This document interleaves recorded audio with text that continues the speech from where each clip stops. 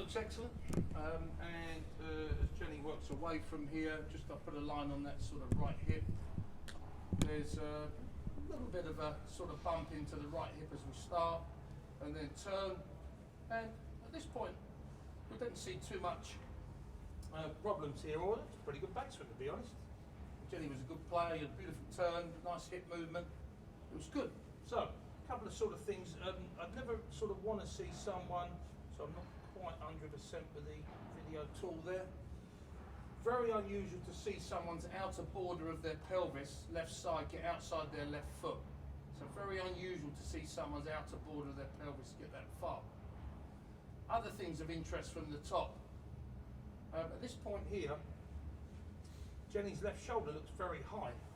We know we just sort of expect to see left shoulder a little bit low in transition. So that's what I'll be working with irons, not with right. Okay, so if you had it on video again very crudely, an iron swing, your left shoulder would, if you tracked it, you could draw a line across. With an iron it would go down lower than it came from, beyond where it came from, then go upwards. With the wood, very crudely done again on video, you'd see where it went to. It would go more horizontally forward, slightly below before it started the journey up, and might not get past where it started from. So a little different with woods if you looked on video. But we're sort of seeing an unusual sort of extended left side. So it's only as you sort of take a bigger view on that. So a lovely arm movement through the shot, beautiful turn from the shoulders and the upper body. So I think that's terrific. So let's go to the. I wasn't thinking about the technique at all. No, that's all right. So it's probably inside. Oh yeah, we're just sort of picking up some things on it. Yeah. So now if we sort of look here, as Jenny moves away.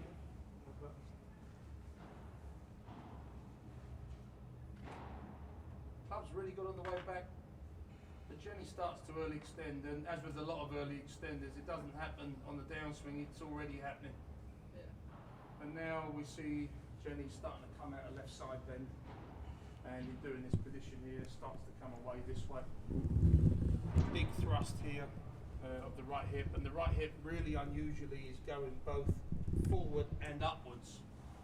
In downswings, the right side of the pelvis, which gets higher than the left, would go, both sides of the pelvis would go down, albeit this side always stays a little higher before they level out in the latter phases and the left side gets higher. But unusually it's popped up, so it's popped up and forward. And then one of the things yesterday I said about chest slam, of applying force to the handle. And this sort of coming out of posture is probably why it might look a little bit laid off, a little sort of over-rotated with the forearm. So if I draw a crude line across the outside border there, in a real powerful movement, you'd expect these sort of patterns. So that gap between the red line and the left side of the rib cage, I'd expect Jenny to sort of get through that, what I would call chest slam. Anterior tilt or APT, where the hips will then go more downwards in transition. Flex being put back in the knees and the hips, but you can tell from the build up of that story, yeah, it's not going to go that way. And as Jenny goes forward, there is no gap. The gap between her chest and the line's getting bigger.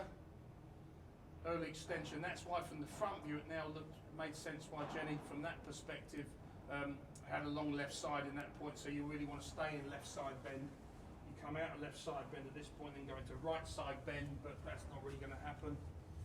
And I suppose, you know, from that perspective, could Jenny potentially put more force on the handle and generate speed by stopping that early extension, which happens very early, so early it's in the backswing, and then get a bit more what I would call chest slam, which would then enable us to get more force on the handle, going back to the linear work yesterday. My brain's always going back to those bits I want to achieve.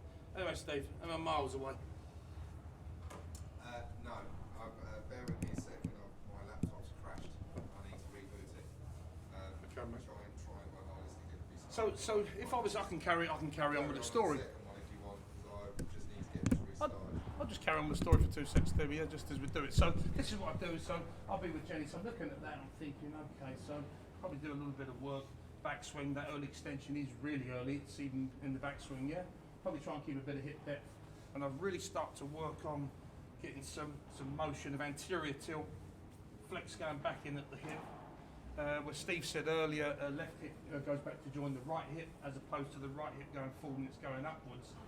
then could we apply more force to the handle? Staying in the left side then for longer. It would look from the front at this point as though the left shoulder is lower. And I might almost sequence that. Here as we're practicing, so I sort of go top, boom here, try and get this position. And then thirdly from the front, if you look at a tailbone move or a sacrum move of a good player, so if I was to sort of highlight that on video, if I can do this, you know, you'd expect it to go away, in front, down, and then back. We don't see that movement. You keep swaying, but those two things generally go That's together. actually what you're saying. I've been working with my iron. That's good. With the driver. You have a go with the driver. You up? Okay, we'll do the next one, yeah? Yeah, next one. So it doesn't, at this stage it doesn't matter because I've got no idea what Steve's date is going to be. He's only just printing it out now, so thank you. No Jenni. problem. So next one was Jenni. If I've got that right, Jenni? It's a pretty damn good swing actually. Just picking on a couple of bits here. I really like the little medial lateral shift. I like the bump off to the right. Really good pivot. That's, you know, good. It's good. So, you know, I like it. I like this upper body movement. Hands are good. Looks decent here. Left leg. This is driven into internal. That's external. These mirrored pairs. That's flexed. That's straightened. Ankles are extended. That one's flexed. Really looks good. Good.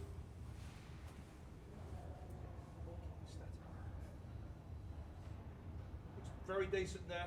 Really like the leg action. Hips are staying inside the feet.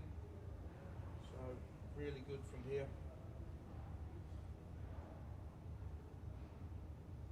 And just a little bit, this will be actually much deeper for Steve to look at. It's really, we just had this sort of brief look. Not great upper body rotation, something we talked a little earlier. Bit of a crossover with the hands early. Glove hand appears below the skin hand quite early, yeah? Be interesting to see that movement. Leg action looks pretty good on video. I'm not really picking a huge amount up from that.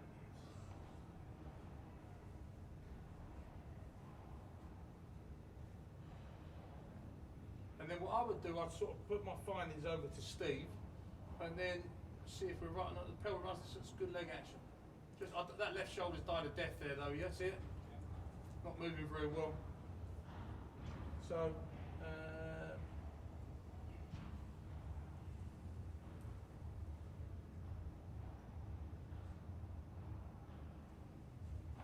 and again, it's a pretty damn good move. I suppose a little bit that would interest me a touch as we're sort of coming down this.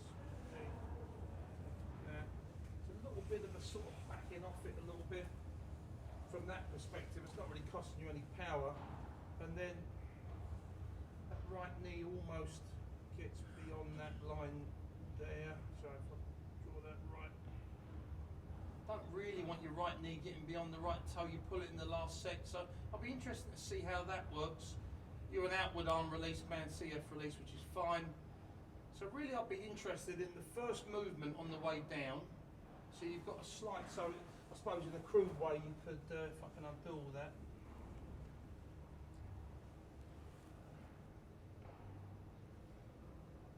So a little bit of a backing out with a little bit away from that. Is that relevant? There's a little bit that. I'd be interested in that movement, whether that relates to your lack of rotation. So that's what I'm looking at, Steve. How are we doing, Stevie? So, with Jenni, Yeah. a couple of things. The amount of vertical force, so how much you produce going down into the ground, the reaction coming out of the ground, 1.5 times your body weight, where we could really need that to be much more. So the effects of your ability to tilt kind of makes sense with what Lee's saying. So one of the reasons why you can't generate a lot of force, it's interesting, whenever you put that force pad or force pedal underneath your lead foot, it automatically triggers better movements. Yes, you start to think of that position, nothing else in the golf swing other than that bit of foam underneath your foot, and it makes you force down. You probably gain 10-15% just organically by doing it. But the reason why you can't get it high is that you don't unweight anywhere near as much as you should. So unweighting, the value of unweighting here, just get into the total amount that you unweight is 7% of your body weight. Usually I would see 30% of body weight. So you're a third of, if not a quarter of what. So think of unweighting being you accelerating down or squatting, yeah? Or the speed of the squat, okay? It's back to not the amount of squat, the speed of it. It's very slow. So then when we go back to the motion that Lee was saying, there's nothing like that going on. It's, yeah, and it's late laterals. So you use lateral sliding to get low point control. So you're gliding lots, but you're not that way. Yeah. And then That's why I from probably here, got the boom, best. boom, bum back, hip flex, knees change or flex. Yeah? There's not enough of that. Yeah. So it would be, for me, it wouldn't even be to touch the laterals. It would be the ability to go down quickly. But should I get Quick. higher on the way back? Possibly. Yes, you could. If you begin to unweight, so again, if I throw the ball up, if you did a bit more of the up and try and get the trail side higher, that would help, because then you could use gravity to accelerate down. But it doesn't necessarily always mean that you do need to get higher in the backswing. But you just need to down quicker. Yeah. That would be the big one. And I think if you then focus on the down quicker and getting more pressure into the left foot versus the right foot, this is to go that way with that more loaded versus that way. Yeah. Yeah. So onto the lead side, we get some stuff free of charge from the lead foot as well. So without to overcomplicate things, it would be just from top of backswing, down quick, not down late and long, because that kind of gliding motion, which again, it's what you've used to do to get club to ball. All you've done is just glided across, and even your braking. The reason why you continue to glide is you don't have a force to break that glide, because you just continue to go across the left foot. Yeah. Whereas you could then, if you go down harder, quicker, it will then create a break and a wall of resistance. Because that's what we were talking about yesterday. I don't have anything like, I don't feel like I can, there's nothing I can jump. Yeah, there's nothing in the It ground. should be like a reaction of like a 1.4% when I'd expect it to be 1.7 minimum, if not to 2 exact 200% as a percentage of force. Those So numbers it's are the very same low, with there's ladies? nothing there. Numbers are the same with ladies exactly? You teach quite a few ladies? Yeah, generally. Yeah, they again, it's not anyone. I've seen 12-year-old. I've got a 12-year-old boy. Some data there. Actually, get 210 times his body weight. Right, 210%. It's massive. 2.1 times. So it's a huge amount. So we can multiply it. But if that's staying high in transition and not slamming down, you're just not putting the energy into the ground so let's get the ground reaction. From the early extension, you talked about the force being 1.5 to 2 times greater back than the one going forward. So from the video, that's has less. more. This is greater than that. Okay.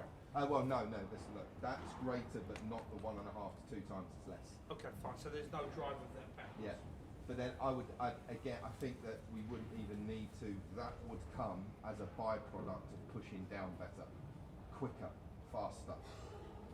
So Emphasis on how quick can you go down, not for how long. things I would do then, yes, so it's interesting. So this is the conversation we had. So he gives me the data back then I would work it. So maybe I might do it a ground force and a muscle perspective, because I'm always thinking, Stevie's giving me the ground force. We know that ground forces are produced by muscles, so I'm then interested in the muscle bit. So exercises that I would be thinking, I would actually do this with a balloon or a tennis ball. So Steve, you've seen me do this before. So I'll get you here, get to the top, and learn how to grab it, and then drop it. Yeah. So it's a really great exercise. If you watch that from behind, because you know where it's going, get to the top, grab it. There's my left hip going back to my right, put some flex back in my hip. I've got anterior tilt and my bum's actually almost gone backwards, and then expand it out from there. It's the type of drill I would do. I'll be doing lots of Swiss ball stuff on the wall. Are you call them Swiss balls? Yeah. In America they call them yoga. Never heard of a Swiss ball, yoga balls. So Yoga ball. So what I would be doing, I would be thinking as a very simple thought. I have one of these at work, and I've got a little junior club, so you can swing a club. I'll be thinking right buttock, both buttocks, just the left buttock, and I will be trying to get your tailbone to rotate better instead of going forward. So I always think about it from the ground up muscle-wise, but that's a winner, that drill. You get a balloon or a ball, it's a real cracker for someone like you, because you just go, you drop that immediately. So that will give you some ideas to work on from a body movement, yeah? Okay. So the video sort of corresponded to the ground force, yeah? I think what we showed in the presentation yesterday that Lee put juncture on. So really trying to feel that at P5 here, left arm parallel on the downswing, I'd be sort of really loading up as much as I can, and then trying to get out of that left side. Like, so then it shortened the like left I don't side. get the reaction back. Yeah, shorten the left side, then lengthen the left side, and then really try and load up as much as you can over that left foot as much as possible. Keep the shaft parallel, keep the left arm parallel to P5, and then boom, and then hit it. Then that at least get you starting to really push away from the ground super hard. We should get that percentage ratio then up to 1.7, if not too exact. Nothing new. This is So you measured it though, yeah?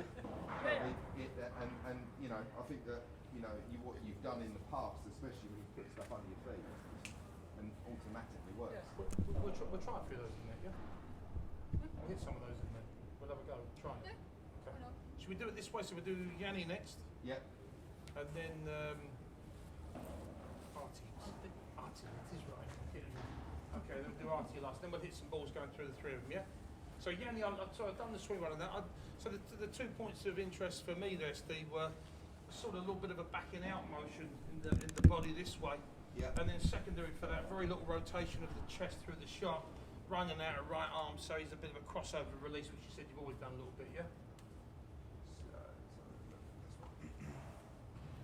Backswing looks pretty good. Backswing looked very good on video. You might, and this is what I now can't see. I'm at the point. I'm looking at that backswing. That's pretty good. You're a good player as well, weren't you? You still are you? So I'm looking at that thinking, I'm now happy with that from a camera perspective. Are we getting the most? Have I seen that wrong? So I've got here just looking at the shift at the centre of mass. So there's a shift over towards the trail side, and it's not the amount that concerns me, although it's quite a big amount. It's how long. So you're over here. You're past. You're about 3.5 by the time you stop the lateral shift of your centre of mass. So for me, I'd rather see that across early and some recentering happening. So what's happening there, because it's quite a late, then your medial lateral push is quite late as well.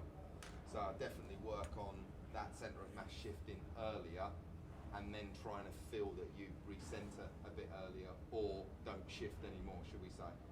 So use that right foot a little bit more, load that right foot earlier, get on it, and then feel that then you get that recentering. Change the knee flex here a little bit more, let the right hip go a little bit higher, let the pelvis work around more rather than across. That's Kind of get it around. So that right hip pocket's still sliding slightly to the blue line, yeah? Yeah. That's from what I see, is that COM moving. That would be COM on my screen. Keeps going, keeps going, keeps going, keeps going, keeps going, and it stops just around, stops there. So just too much going on here. I'd be trying to get it early and then trying to get that pelvis more around than across. So now I look at it on the video again, you can slightly see it, but you see it's minutiae. It's so minute detail that sometimes in the video it's tough to pick up on the timing of that. Tiny bit of, just a tiny bit late then, Steve, yeah? And then verticals are late on the way down. So I've got verticals peaking somewhere here. Verticals are peaking here. So you're actually very good at going down. You're very quick at going down. Okay, so the acceleration is good here, but you just go down for too long. So instead of it being sort of around that point to that, there, you're a little bit late, and then it's going to change. It's going to start to affect the strike on the face. So then that will pull you back in speed because then you're afraid because you're not hitting the centre of the face enough. So it's going to change the strike vertically. You may have a problem with starting to hit it quite high on the face, and then we start moving the T height, and then we can't start hitting it all over the face. Yeah. So I would definitely want that vertical force to be peaking earlier. And that comes from him not getting recentered but early enough. That's the problem, isn't it? So your body, you're self-organising. So the human in you, the golfer in you, is trying to reorganise this leg shifting laterally, but instead it can't get those verticals on point because you've got to get yourself back first. And all the while I'm doing this, I'm not getting into position. So certainly the feeling that the pelvis is probably working more left at top of backswing versus right. So get to the top with more of what would be more of a lateral stretch. So from 2 to 4 is more pelvis left, chest right, that way, versus that way. And then from there, we can then really start to load that lead side and get it and ramp it up by the time we sharp vertical on the way down. That's the point of peak force, obviously, there, Steve, yeah? I've got Should be. peak force should be there. Yeah. I've got him down here. Okay, so it's a tiny bit late, yeah? Bring shaft down, bring shaft down. That might well have a reason why he's not rotating so well with the upper body. Keep going, stop. Keep going. Keep going. One frame more. Yeah. So this is where we start to see quite a lot of lift. So that's where he's peaking around here. Keep going up, go down. So, Keep going up, scroll it, that's it. P6? So it's late. I was just trying, if you crudely put the line across the belt line, Lee. Let's go here, go P5.5 for me. Okay, yep. Line across the belt. Somewhere around there. Line across the belt there. So that's where we see the rise up. So if you're ever trying to predict vertical forces, look at when the belt line starts to go up.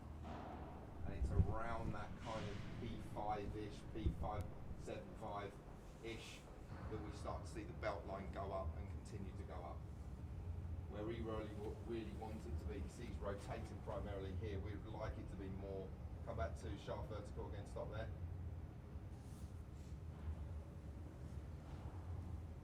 They'll go through. It's more lateral than it is vertical. That's what you do, Lee, exactly how I do it.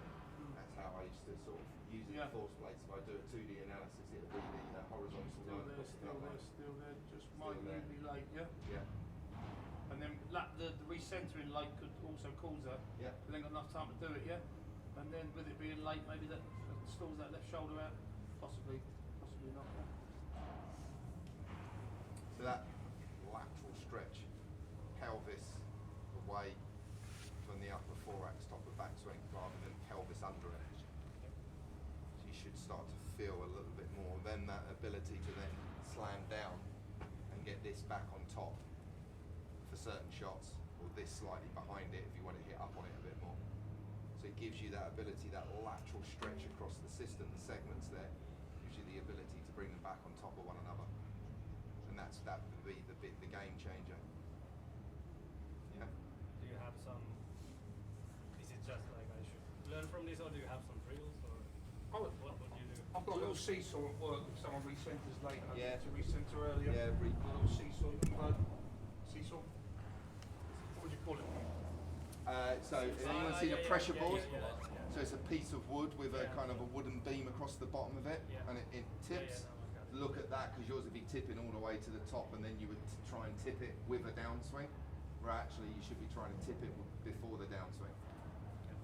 Yeah, and I think you could either use the force pedal underneath.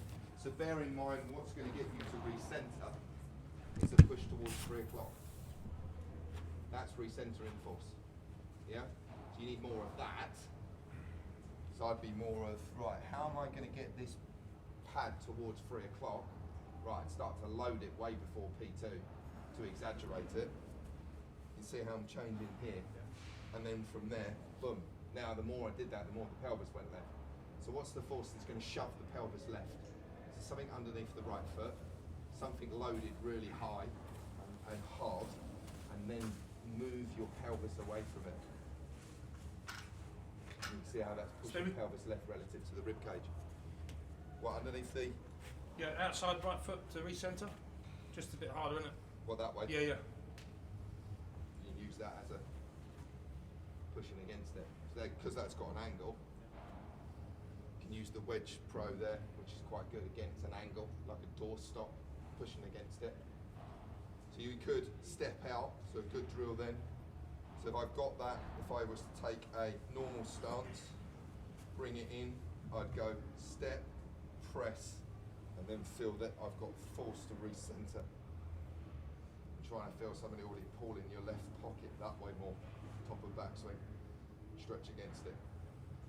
Yeah, makes sense? Yeah. So we use that one for We'll leave that out. You can hit some shots in there, eh? the Yanni, we use that one. That makes sense? Yeah, thanks. There's Andy. Okay. Come on. Antti, where is he? He's in the toilet.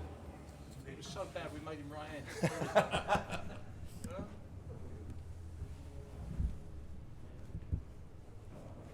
Just actually from just talking about you there, Andy. Yeah, I went to vomit. I'm so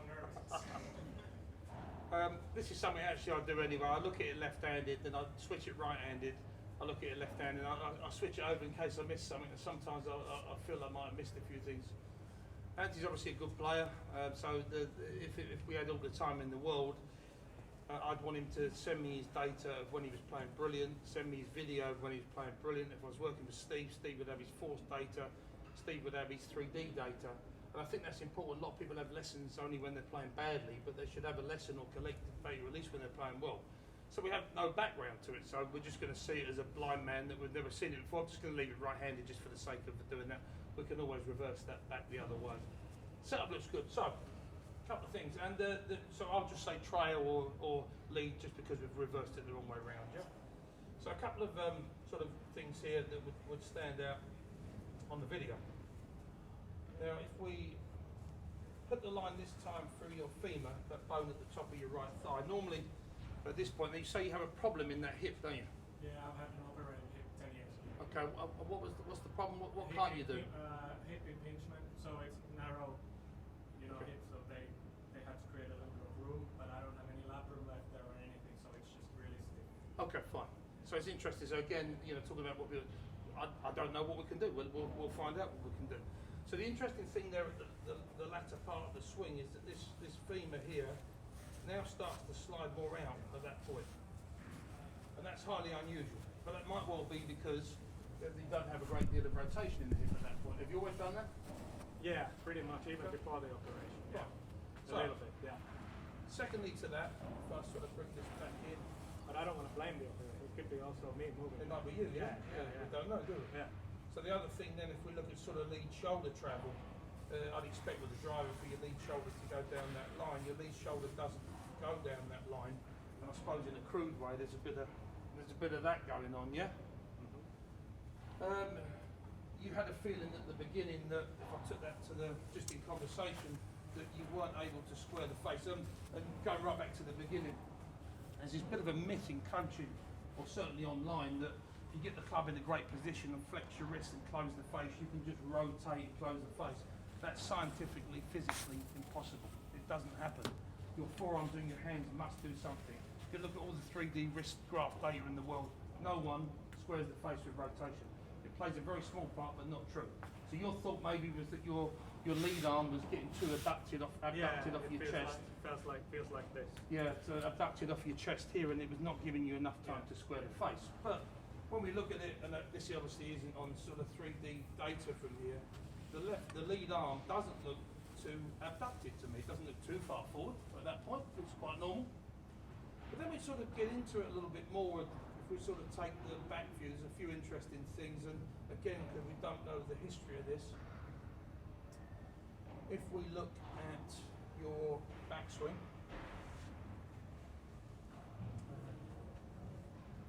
so I'm just finding my way around this. If you take a line, everyone draws a line off everyone's bum there, yeah? There's a very interesting line to draw off the front toe, and you wouldn't really expect to see your knees sort of get through that, either back or down, yeah? So quite an interesting sort of move that the lead flex is actually bent beyond the end of the lead toe, yeah? Quite unusual, but that also, and then this is, some people have straighter rear legs, some people have more bent rear legs, but we've certainly got a little bit of that. Have you always done that? I guess so, a little bit, yeah. So, and again, we're coming in blind because I've never seen the swing when it was really good. So the question is from but it works though, and that's the other reason why it took a long time with it, is that people with good swings, when you look at it and think, that looks a bit funky, have a good look, because you've got to understand why it works before you understand why it doesn't work. So if you don't understand that point of view, so just from here, that knee flex and sort of your hips start to go forward, you add flex and knees go beyond that line, yeah? And then as you land, just here as it starts to land here, your both knees sort of get through that line. And unusual for this position that your shoulders aren't particularly closed at this point. So the interesting thing from my point of view as you're working at setup, and you wanted a hip draw, so your part's going to go into out, the face is going to be closed. My early thinking is, would it be beneficial to change your backswing pivot a bit? Get you to land more closed here, so your shoulders are more close to where you're going. Would that give you more time to be able to square the face? That's how I'm thinking as we see it. I've got no idea on Steve's data. So the interestingly, so if you go back, can you go back to the point where the Face on or? face on? So when the trail leg begins to reflex in the backswing, The trail leg. he goes face on. Sorry, mate. Sorry.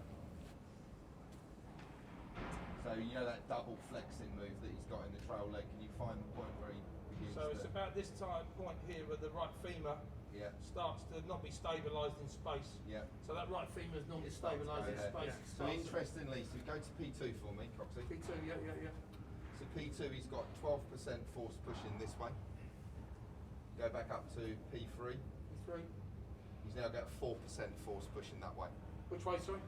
Pushing medial laterally. Okay, yeah. Okay, gotcha. Yeah. Okay, so force towards 9 o'clock, 12%, early backswing, then 4%. That's weak. A massive dip. So therefore, if there's no force, what is driving that hip into position and changing that flex in that knee? That's what So- I told you yesterday. But you also. load it and then Yeah. unload Yeah, it. because I lose it. I feel Yeah. that I'm losing it. Yeah. So that would need to be then a combination of vertical force. You'd need to continue to load that. So do you go the other way where you gradually load it instead of force loading it at the start and you can't maintain it, because 12's quite high at the start, Okay. because you're only ever going to get to about 28%. So if you fired in half of it just in your early takeaway, can you maintain that? Likely not, if the hip is in its state. So it would be a case of, could you gradually build that up to a push off? Certainly from an awareness thing, I'd be trying to get that trail hip more around the corner at top of backswing. There. Yeah. Change the flex in the knee. Yeah. So then if you wanted to use that force underneath the trail foot to get it back, then that's absolutely fine. But then push it. Don't load it and then stall it. Push it round the corner. Oh, so you mean backswing? Yeah. Do more, not Yeah. not kind of throw it there. Push it Just- round the corner. Yeah. Get that hip as deep as you can in that direction. Okay? So your intention is to get that hip. So I've used bands here, Coxie, Yep. and I'd be giving him a big old pull here. Yep. So then he gets that back up there, and you have to load that force and continue to load that force.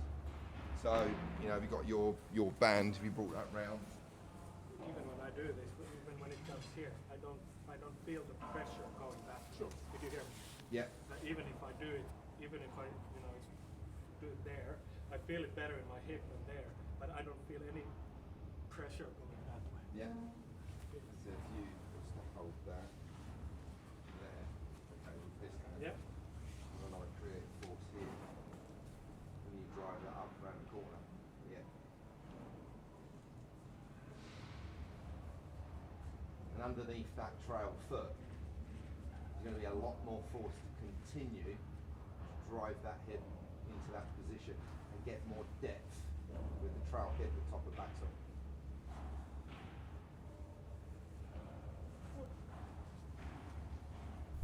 Yeah? And you don't unweight enough, which is back down to that kind of Yeah. being able to lower your body quicker, and absolutely on point there with being able to lower quicker with the chest more closed. Yeah? So we can then ensure that you've got the in-to-out path that you want for shape. Yeah?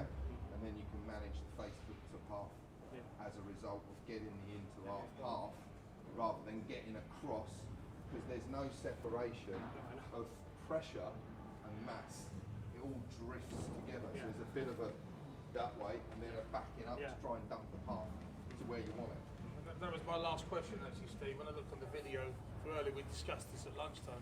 Looks like pressure and mass are going to the same place. Pressure and mass go together. Go together and then just backing up to try and buy some time to square the face, yeah? So at this point here, I mean the gap between pressure and the pressure at about, so if you go down to, on your video, Cox, you go to about 4.5-ish. 4.5. Somewhere there. Yeah. Okay. I mean, pressure relative to stance is here. It should be over here. Okay? So it's very much, you're just kind of right. I'm trying to get my pressure forwards, but you're kind of just drifting weight and pressure together rather than that way and getting it there. That way. And this is staying back and closed. Yep. Those two things actually go very much together anatomically. So if you had someone whose hips were open but their shoulders were closed, it would put their mass behind the ball and their upper body would sit more that way as a fact. So that would have to be the case. Use your trail foot to push your pelvis across. No, I feel, first time I feel the trail. Yep.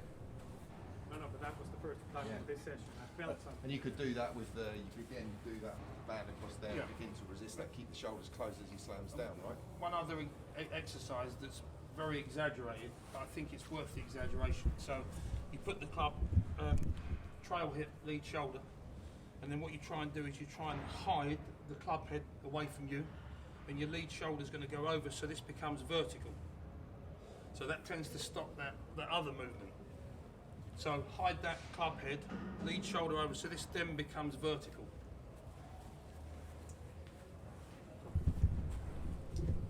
Lead shoulder, right, left hip. So if you turn around to face the front, that's better. It's an exaggeration because it's actually doing too much, and that would be a big 3D stretch. This is going back this way, this is coming over here, and that, in theory, to the front looks like a much better position, yeah? Yeah? So I didn't let you move. Yeah. Please get a violin help for you there. Right, got it, go. Then again, that's different, isn't it? Just like this. Yeah, so your lead shoulder, trail hip, hide the club head, and then get the clutch shaft to become vertical. Yeah. So then that becomes vertical, good. Good. And then possibly you need to do some work on landing, where you land with your hips square to open, shoulders closed, which will get the pressure ahead of the mass as well. Yeah, And the more we get in, the more I'm pulling this back, the more I'm sending this over that way, right? And then that's weight back with pressure forwards, isn't it? You could tip the board, the seesaw, if I put you on a seesaw and you would tip that right board down, wouldn't you? But still keep your weight behind it, wouldn't you? So then that gets you your path, gets you the club in where you want it, shallow in, where you when you need it, rather than shallow in it late. Yeah, very good. So as we're looking at those things there, so we sort of corresponded what we said. Steve confirmed a few things, but the one thing that I can never see on video, I don't know the amount of force. I'm guessing, I've got no idea. And it's very difficult to misjudge. That's why the app will work well if it measures vertical force. And I don't know the timings. So once you said to me about Jenni's timings being slightly out, when I re-looked at it on the video, but you'd have to spend like 10 hours you're going through every frame to pick. That would be a tough one to pick. But then that confirmed I thought the pressure and mass were on top of each other. I don't believe that. And then as you said, that looked as though that was going there for too long. We lost the pressure. Those things you can confirm together. And then, you know, it's data backed. So if anyone wants to say, well, I don't feel I'm doing that, well, actually, you are doing that. So that really confirms things for you. Now, again, that's all theory, yeah? Oh, well, it sounds brilliant, doesn't it? But I don't think if it works, we'll have a go. We'll have a go now and hit some shots, yeah? You guys think it's after doing this session now? Do you think it's a mobility issue for him? Possibly. Possibly. Well, I'm honestly worried because I don't feel that if I do it from the right side, if I throw a box, I'm right-handed. I've been talking to you guys because I'm right-handed. I load totally right here, and I get the pressure, but here I don't feel it. It could be that I've never done it, but also that is the nervous system really. So that's right, 100%. So what we'd do, if we're going for the first, so I hadn't introduced him to Steve yet, we do the first lesson, have a discussion, hopefully he's got the original data when he was swinging well. I'd love to have seen that, because then you can get back to a place. Then he tries that, says I can't do that, it doesn't work mobility wise. I'll then send him to my colleague who will test his mobility. If he says he can't do it, then we start again, back to square one and go again. Let's see what we can work. Sorry, we can say. Just an idea. Would you consider like flaring out his foot or doing something? Of course. Kind of work Yeah. around it a little bit? Yeah. As I said, I taught the bloke with one leg earlier. You have to try a million different things, yeah. But exactly that. So what you do is you see it. Can you feel that? Can you do it? Can't do it. Send him to my guy. He can't move it that way. Okay, scratch your head. Let's try opening your foot up. Let's try pulling your foot back. Let's try starting with the start. You know, I've tried a million things. I've tried everything. So exactly that. So see what we can do. If we can't do it, we just try another way. Possibly another avenue to look at, just looking at footwear. You know, maybe doing it barefoot because it's quite a big heel-toe drop on your shoes there. These are So these are not even golf shoes. propped up. Yeah. But most golf shoes have quite a big heel-toe drop. Yeah. They're not flat foots like this. So you know, maybe explore that when you're doing something. I'd maybe take shoes off just to see whether there is there. Yeah. It So gives you that ability, just eases that movement a little bit. So I shouldn't do much, you know, like this kind of stuff. It's more like, you know, easy, going behind I the prefer the ball. look of that. Yeah. Yeah. It's funny as well when you've been teaching for years, because I've been teaching for so long. Say someone's got a problem, I might have 25 different ways of fixing it. Yeah. So you try one, doesn't work. You'll have your favourites that you've been doing for years. Then you try one. If you get the number 24, you're in trouble, yeah, because I've only got 25 options, yeah. But the only thing what happens if you've been teaching for so long, exactly what you said. I think that's right. Try that, don't work, get rid of that. I've tried things in lessons. I've had a laugh, yeah, but that 5 minutes it just isn't working. So don't. And I'll say I'll give you that 5 minutes back on the next lesson, yeah, because that was 5 minutes of a waste of time, yeah. But as a young kid, I would have kept going with that because I was too embarrassed. So I had to put your hands up and say, that don't work, does it? Let's try something else. If that works, I would just keep trying a million things. I think that's vital. And you know what it's like as coaches, you might have to attack it from 10 different angles. And then, I mean, I was a player once. I'd have an idea in my brain. I'd try that. Maybe 5 months after the lesson, I thought, I now know what he meant. I got the feeling that, but I couldn't put my finger on it first of all. So 100%. I think you just keep trying things. And then that obviously has to be based on what your body can do, because there's no point in trying something your body can't do, as that is a waste of time.